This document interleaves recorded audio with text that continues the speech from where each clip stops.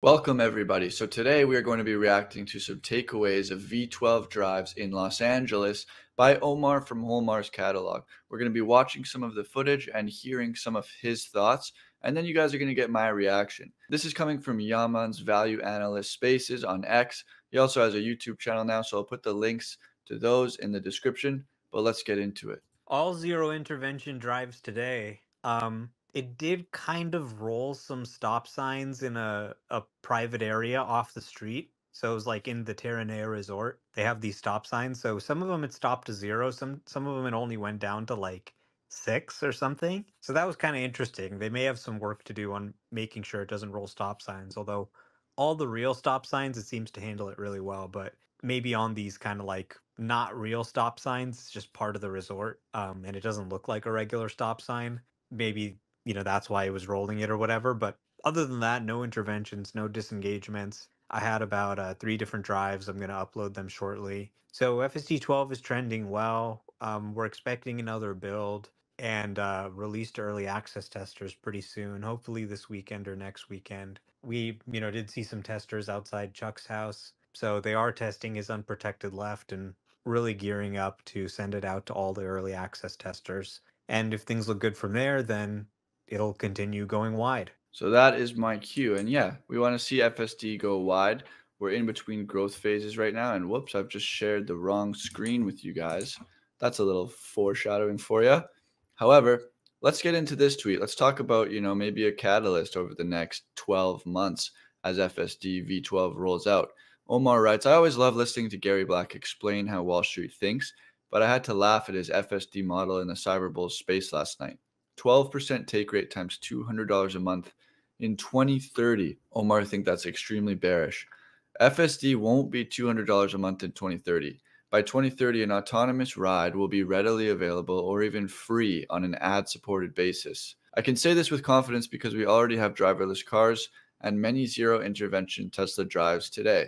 The calculus is not $200 a month times 12%, as Gary puts it. It is 30 to 50% of all revenue generated by the fleet. Nobody will be paying $200 a month. It will be a standard feature on every new car sold. This is a $1 to $3 billion business today that has the potential to grow 1000x by 2030, as crazy as that sounds. And just a disclaimer on that sentence, Omar is not saying that FSD, the whole valuation of it, is worth $1 to $3 billion today. He's saying that's how much it is generating today. I've heard him say on record that he thinks FSD is worth around $500 billion today. Wall Street, including Gary, seem to be dramatically underestimating an effort that has become the focus of the entire company. I have people in my YouTube comments saying that Tesla is not taking FSD seriously. I'm going to address that later in this video. Full autonomy is not even needed for this to grow materially. Tesla will have 8 million cars on the road by the end of the year, and if 50% of them subscribed or bought FSD, we could double the profitability of the company this year. Gary says it will never get to 50%, but with 400 to 500,000 users out of 2 million Teslas in North America, 20 to 25% of users who can run FSD are running FSD. So the take rate is not 12%. Over time, it's actually 20 to 25%. That is an astonishing penetration rate given that this is an expensive $2,400 a year or 12 grand option today. Can we double that to 40 to 50% of users who can run it with FSD Beta 12? I think it could happen this year. So what is the evidence that suggests that FSD penetration could double this year? Well, let's take a look at some of the best moments from Omar driving V12 in LA. Here, FSD is making a U-turn when a valet runs out right in front of it. Normally, this would cause FSD Beta 11 to brake very harshly, but look how naturally 12 handled it. Just like a human would. Pretty cool, and definitely creates a much more comfortable driving feel. In this example, we had to make a left turn, but the light turned yellow. 11 would normally hesitate, it would sometimes stop in the middle of the intersection. 12 just went, and then didn't stay in the merge area, which has some rocks in it, and quickly made a lane change. Very nice and smooth. Here you have a right turn, but there's a bus blocking the way. 11 would often fail in this scenario, but 12 was able to slip right in. And I like how it's driving on the right side of the road here, so that when another car ends up coming, rather than having to jump to the right side from the center, it's just already in the right place. And notice how it slowed down a little bit on the blind corner, anticipating that a car might be coming. It wasn't uncomfortable, but it was definitely driving on the right side of the road, rather than the center, as older versions might do. Here you've got some construction cones blocking the lane up ahead, and watch how quickly the car is able to get out of the lane that's closing, even with the car there. Pretty unreal drives. It's getting so human-like. And what's so crazy about Tesla's journey on this, as I pull up a photo to share with you guys, look at this. In Q4 of 2023, Tesla by far generated the most free cash flow compared to other automotive companies, and they're still putting in the most fruitful R&D into towards the future. Toyota not even really making EVs, not working on self-driving. Neither is Ford or GM or Nissan. Tesla is making the most money while investing the most into the future.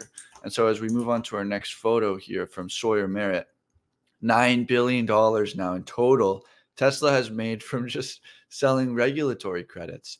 These other companies are funding Tesla's research and development in a way. It's almost like they're paying Tesla to actually bury them. But I know everyone's feeling a little wheezy right now with the stock. There's not a lot of excitement in the near term, and everyone's getting a little bit fussy. So let's listen to Omar talk about why we need to see some growth in FSD over the next couple of months. AI driver his first ride, he was like, oh my God.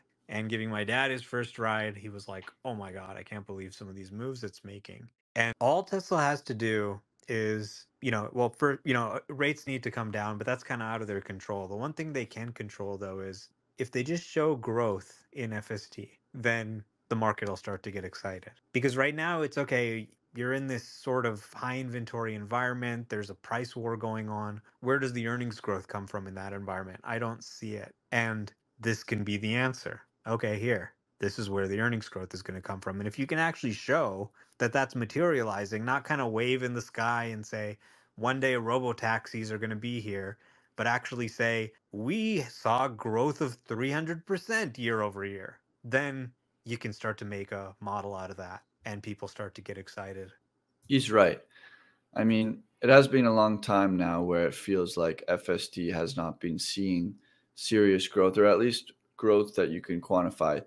They've been able to quantify how many million miles FSD has driven, and not a lot of people seem to look at the intervention per miles data. Like, that doesn't seem to appeal to financial advisors. They don't care. The number they care about is how much money is FSD generating.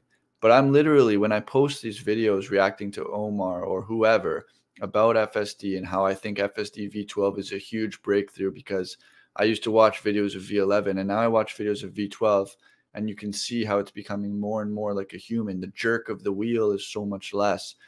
And so I just want to pull up some evidence now to show how serious Tesla is about this and how they're actually revolving their entire company's business model around this actually happening. Here is 118 job postings for Tesla Bot. You might say, well, this has nothing to do with FSD. Well, it has everything to do with FSD. They have the same FSD chip inside of their brain.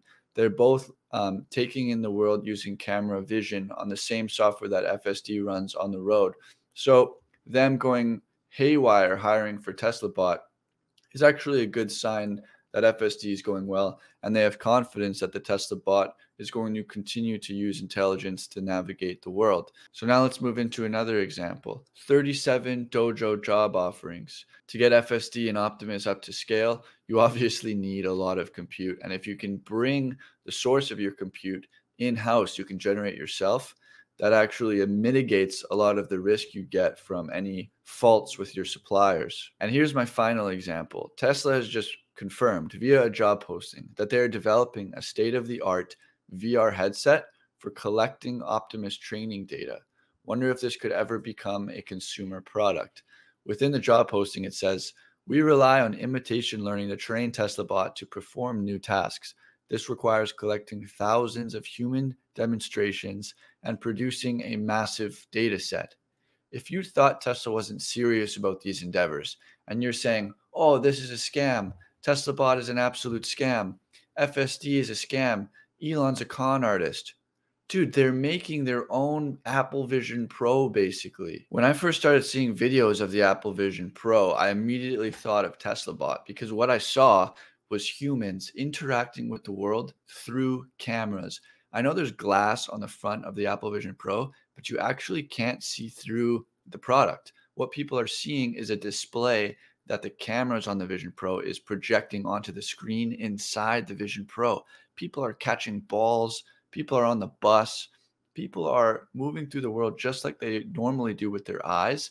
And this gave me confidence that the latency, that the relapse is so good with these products now and with how fast you can make things within technology that Optimus is not going to struggle at all to perform tasks with only cameras. So everyone's worried right now that Elon is distracted, but just remember he's got 140,000 employees, and these employees are the most talented people in the world. We're seeing loads of evidence that Tesla is still very serious about these projects. Now let's get Omar's take on the matter. And, I also want to say this is kind of like an unpopular thing to say in this day and age, with the sentiment the way it is, but I trust Elon and I trust his judgment and his marketing for Tesla. I don't think that he wants to destroy Tesla, contrary to what some people say. Oh my God, he doesn't care. He's just tweeting all this political stuff and he's going to destroy Tesla. I don't think he's going to destroy Tesla. I think it's a key part of his wealth. He sees Tesla as really giving him the ability to actually go to Mars, which obviously he really wants to do. It's his whole thing. So I don't think he's going to blow up the value of Tesla. I trust him. And he said, I've talked to him a little bit. I've gotten to know him a little bit, and he says he's not going to let us down. Maybe he will. Success isn't guaranteed, but I trust him, and I think this what he's doing with Twitter is a little bit unusual. It makes me kind of uncomfortable at times. It's kind of like, I've been conditioned to see some of these things as like, oh, this is like bad or whatever. This is something you don't say. But this guy's kind of a marketing genius, as I mentioned. Electric vehicles were not something anybody wanted, and he made the entire industry switch to electric. He built this product that was so compelling. He's getting the media to write about him all the time. I something that I just think doesn't get said enough is that he's actually smarter than me and most other people. And that's actually how he became the richest person in the world. And maybe he's completely lost his mind, but maybe he actually hasn't. And there's my cue. They say sometimes that, you know, bad press, this probably isn't the exact saying, but sometimes bad press isn't the worst press. You guys can correct me in the comments. I don't know. I feel like I haven't actually been talking to you guys very often recently about my thoughts on Musk's behavior. I've been doing a lot of interviews, I've been reacting to a lot of people, but I don't really have any thoughts, if I'm going to be honest with you. Throughout my history of being an investor in Tesla, it's been 5 years now. Whenever Elon is going through a period like this, that's usually when I kind of just tune everything out. Because when you invest in Tesla, you kind of have to realize like who this guy is. This goes way back from that period from like 2013 to 2019 when nobody was happy with the stock. You had this guy still going on Joe Rogan smoking weed. And so then when I became an investor in 2019, I remember probably my first realization of like who the heck I just invested in was in 2020 when he tweeted, "The stock is too high, in my opinion." I remember the stock fell 10% that day, and I was like, who is this guy? But I had read the biography and I kind of had an inkling of an idea. And that day I just bought more stock.